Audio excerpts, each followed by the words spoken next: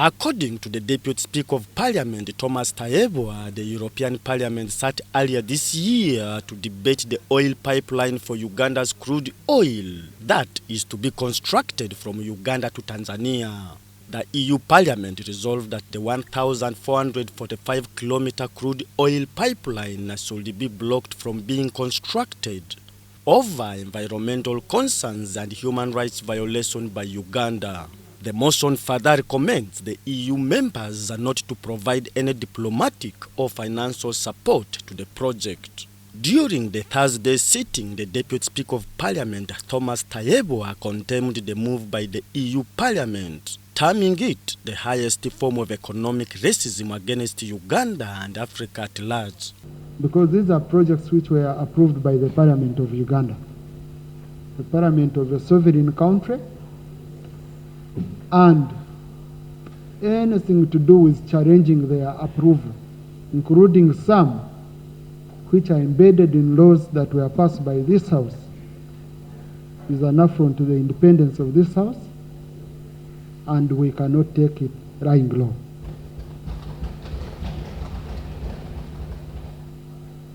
I condemn this motion and resolution that was passed, which calls on Uganda and Tanzania to stop the development of the oil and gas project in the East African region. The Deputy Speaker urged the EU Parliament to withdraw the motion. It is prudent to say that Uganda's oil projects will exacerbate climate change, yet it is a fact that the EU bloc with only 10% of the world's population is responsible for 20% of global emissions. And Africa, with 20% of the world's population, is only responsible for 3% of global emissions. The European Union and other Western countries are historically responsible for climate change. Not Africa, not Uganda, not East Africa. The Deputy Speaker was backed by various members of Parliament from different political parties, but this time speaking the same language of urging the EU MPs to respect Uganda's sovereignty as a state. Mr. Speaker, Uganda is not part of the European Parliament. Uganda is part of IALA. We have our East African Parliament. I want first of all to express my dismay that another parliament somewhere can rise up to take a decision on behalf of a parliament which is seated in the right place.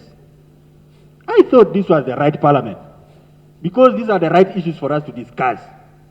Right, Honorable Speaker, there are two issues that those people can do. One, come and help us to deal with the issues that you feel we have not dealt with in terms of managing the environment. Others termed the move as a neo-colonial issue that Ugandan Parliament should resist. There is actually totally nothing to fear when it comes to environmental issues.